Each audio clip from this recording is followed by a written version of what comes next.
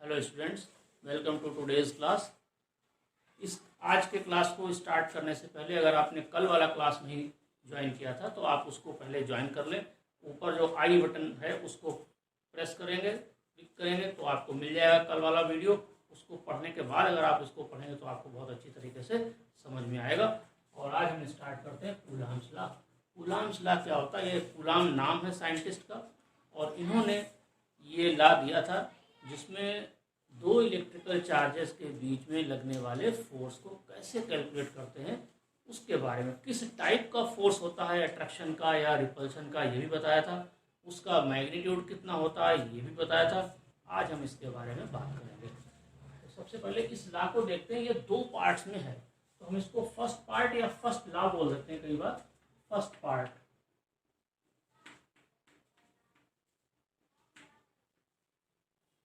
First part. तो Coulomb law का first part होता है like charges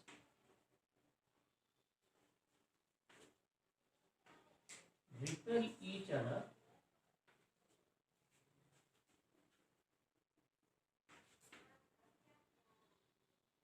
whereas unlike charges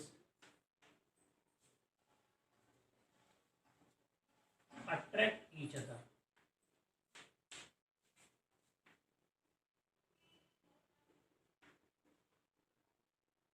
जैसे अगर आप दो पॉजिटिव चार्जेस लेते हैं Q1 और दूसरा ये है Q2, ये दोनों चार्ज आपस में एक जैसे हैं, पॉजिटिव साइन दोनों का है तो दोनों एक दूसरे को रिपेल करेंगे।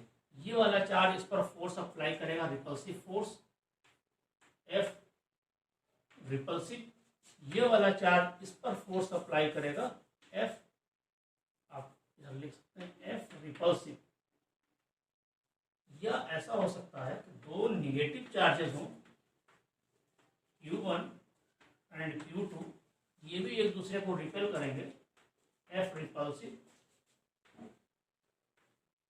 ये वाला इस पर फोर्स अप्लाई करेगा, ये फोर्स भी रिपल्सिव ही होगा।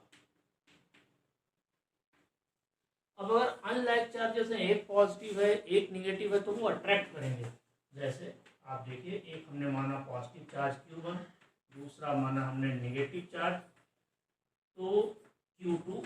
अब ये दोनों चार्जेस अपोजिट साइन के हैं तो हम इनको बोलते हैं अनलाइक चार्जेस।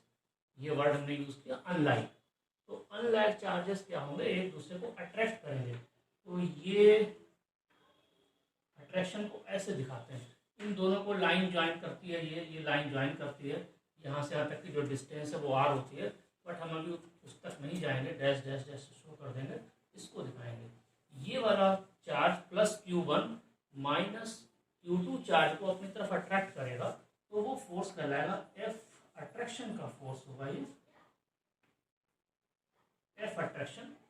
और Q2 चार्ज, देखिए Q2 चार्ज इस Q1 चार्ज को अट्रैक्ट करेगा अपनी तरफ, क्योंकि अपोजिट साइन के हैं, अनलाइक हैं, तो ये फोर्स भी अट्रैक्शन का ही होगा। इसका एरो ये होगा F अट्रैक्शन। आप ऐसे लिख सकते हैं इसको, थोड़ा सा हम इसको यहाँ पर ऐसे लिखते हैं Q1 and Q2 are the two charges। F attraction is the force applied by this Q2 charge on this। and ये जो हमने दिखाया एरो, ये वाला फोर्स इस चार्ज पर एक्ट कर रहा है बिकॉज ऑफ दिस। तो आप देखिए, according to first part of Coulomb's law, like charges repel each other and unlike charges attract each other. तो इस वाले लॉ से मालूम होता है कि लगने वाले फोर्स का, जो दो चार्जेस के बीच में एक्ट करने वाले फोर्स का नेचर कैसा होगा, अट्रैक्शन का होगा या रिपल्शन का होगा। लेकिन कितना होगा, how much force is acting, इसके बारे में कोई इन्फॉर्मेशन इस वाले पार्ट से नहीं मिलती है। आप कह सकते हैं कि मैग्नीट्यूड कितना होगा फोर्स का, वो आप नहीं जान सकते इस पार्ट से। उसके लिए हमें सेकेंड पार्ट को पढ़ना पड़ेगा। तो पहले हमने जो एक्सप्लेन किया था, ये सेंटेंस लिखा हुआ है, इस स्टेटमेंट के बेसिस पर हमने ये वाला फिगर बनाया हुआ है, आप इसको समझ सकते हैं। नाउ अब हम लोग प्रोसीड करते हैं सेकेंड पार्ट के।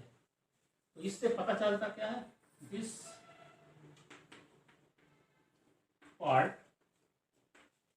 Of Coulomb's law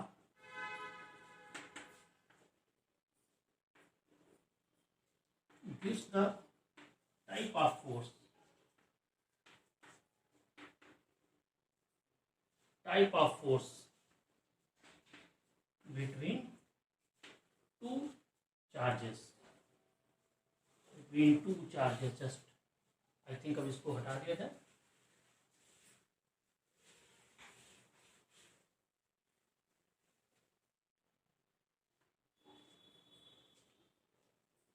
between two charges, but not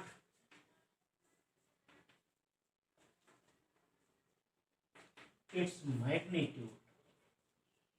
magnitude इससे नहीं पता चलता है। इस फर्स्ट पार्ट को फर्स्ट लॉ ऑफ कूलाम भी बोलते हैं, कूलाम्स फर्स्ट लॉ ऐसे ही बोल देते हैं, बट हमने यहाँ पर कूलाम्स लॉ लिखा है तो यहाँ पर हमने फर्स्ट पार्ट।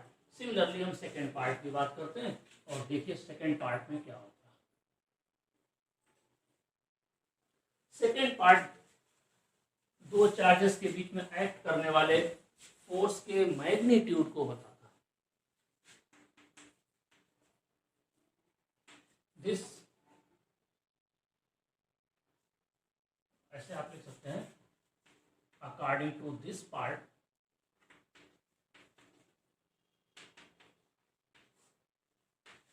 जो इलेक्ट्रिक फोर्स एक्ट करेगा दो चार्जेस के बीच में वो किस पर डिपेंड करेगा। According to this part the electrostatic force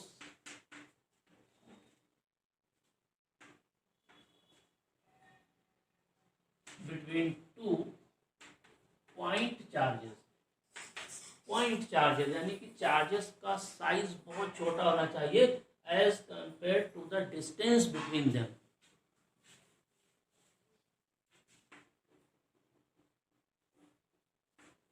is directly proportional, और इसको हम थोड़ा सा और भी मॉडिफाई कर देते हैं।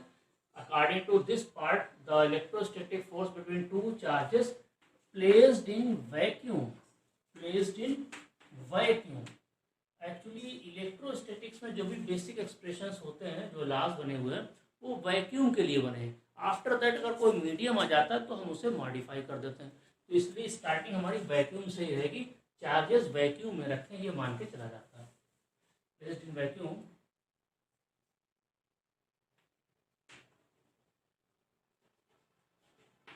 is directly proportional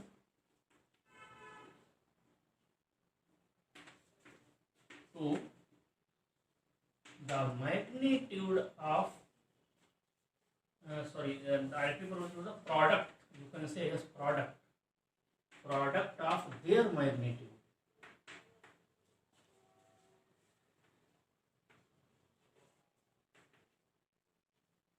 Their magnitudes and inversely proportional to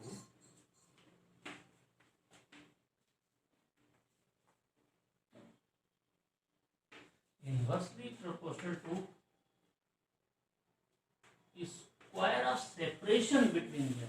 कितनी डिस्टेंस पर वो सेपरेटेड है उसके स्क्वायर ऑफ सेपरेशन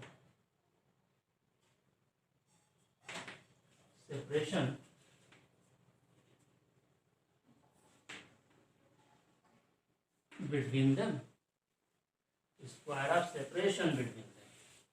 तो अब हम इसको एक्सप्रेशन की फॉर्म में लिखेंगे। आपने देख लिया इसको। According to this part the electrostatic force between two point charges placed in vacuum is directly proportional to the product of their magnitudes and inversely proportional to the square of separation between them, जिसे हम बोलते हैं distance, simply बोल देते हैं। आइए देखते हैं।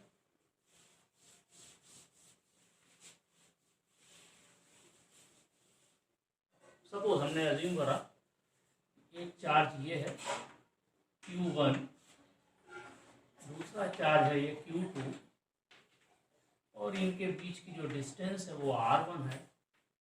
R मान लेते हैं distance R।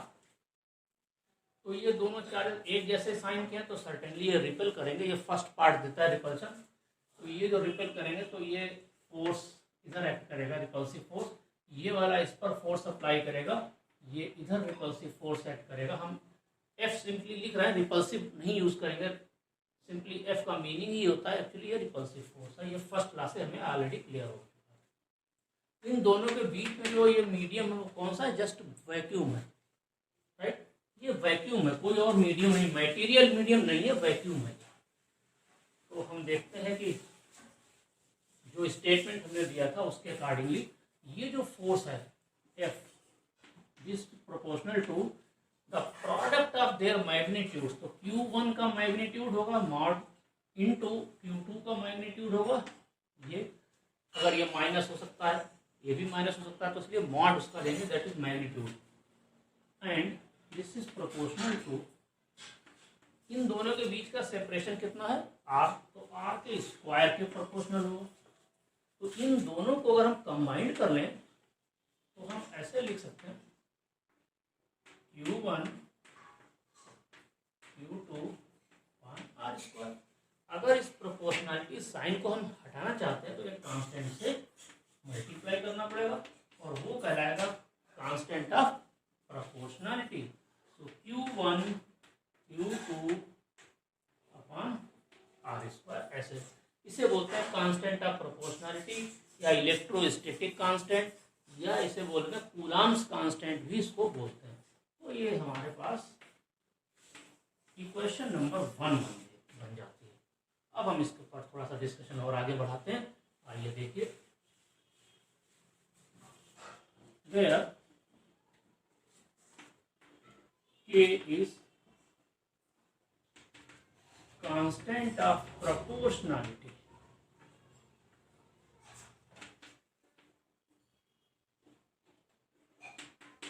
and is called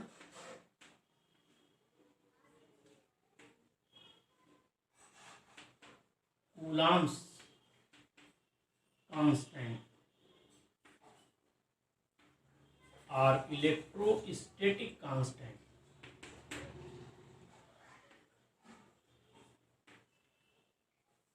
इसकी जो वैल्यू होती है वो एसआई सिस्टम में इसकी वैल्यू होती है 1/4 पाई एप्सिलॉन 0।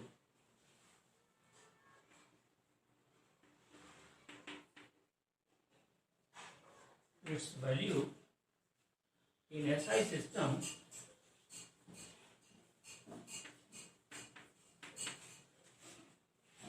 ये किस सिस्टम में हम इसको यूज करना चाहते हैं एक्सप्रेशन को, ये उस पर डिपेंड करती है इसकी वैल्यू।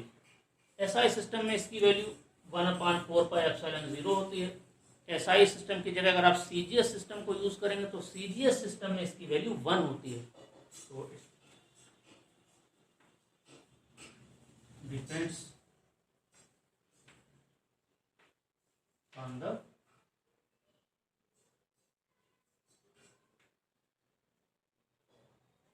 system of देखिए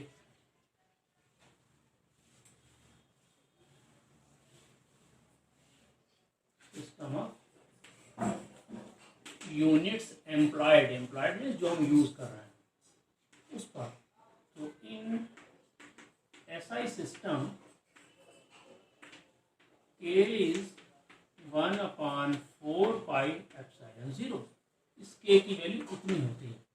और इसमें 4 पता है आपको, पाई 3.14, इसकी वैल्यू भी अगर आप यहाँ पर रख देते हैं तो इसकी जो वैल्यू आपको मिलेगी फाइनली वो कितनी होगी, देखिए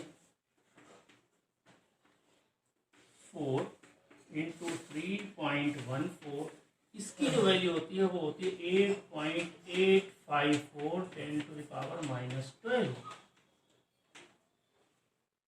तो अगर आप इसे पूरा सिंप्लीफाई करते हैं जस्ट, तो आपको वैल्यू मिलेगी 9 × 10⁻⁹, और इसकी यूनिट्स होती है, ये जो कांस्टेंट है ये डायमेंशनल कांस्टेंट होता है, इसकी यूनिट होंगी, इसकी डायमेंशंस होंगी। तो इसकी यूनिट क्या लिखेंगे हम, न्यूटन मीटर स्क्वायर कूलॉम (2). तो ये कांस्टेंट K की वैल्यू मिल जाएगी आपको। एक्सपेरिमेंटली भी ये फाउंड होती है।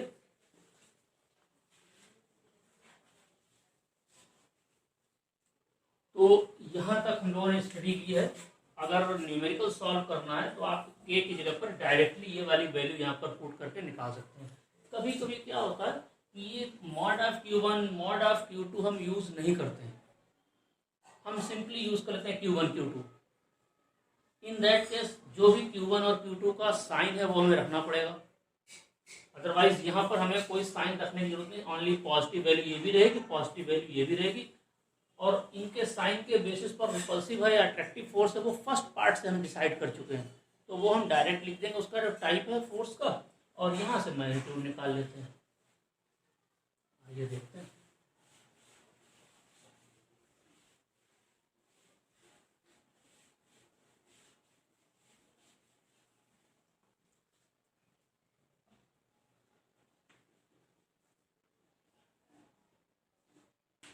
Alternatively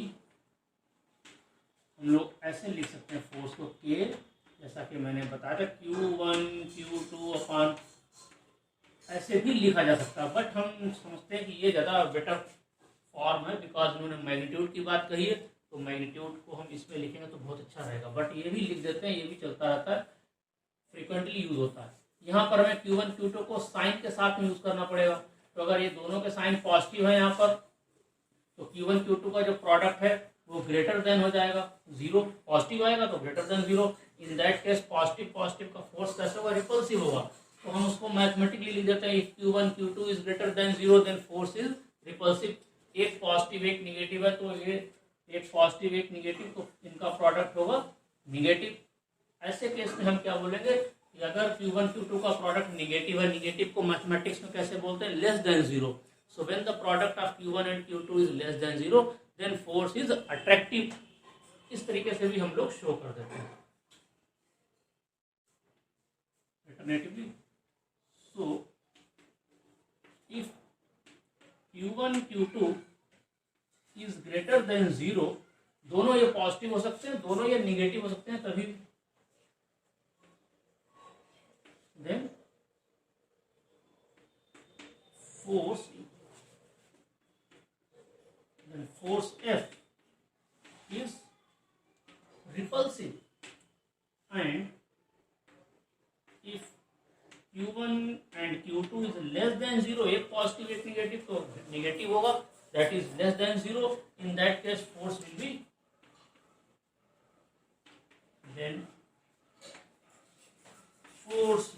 attractive। ये भी एक तरीका होता है इसका लिखने का, ऐसे भी लिखा जा सकता है।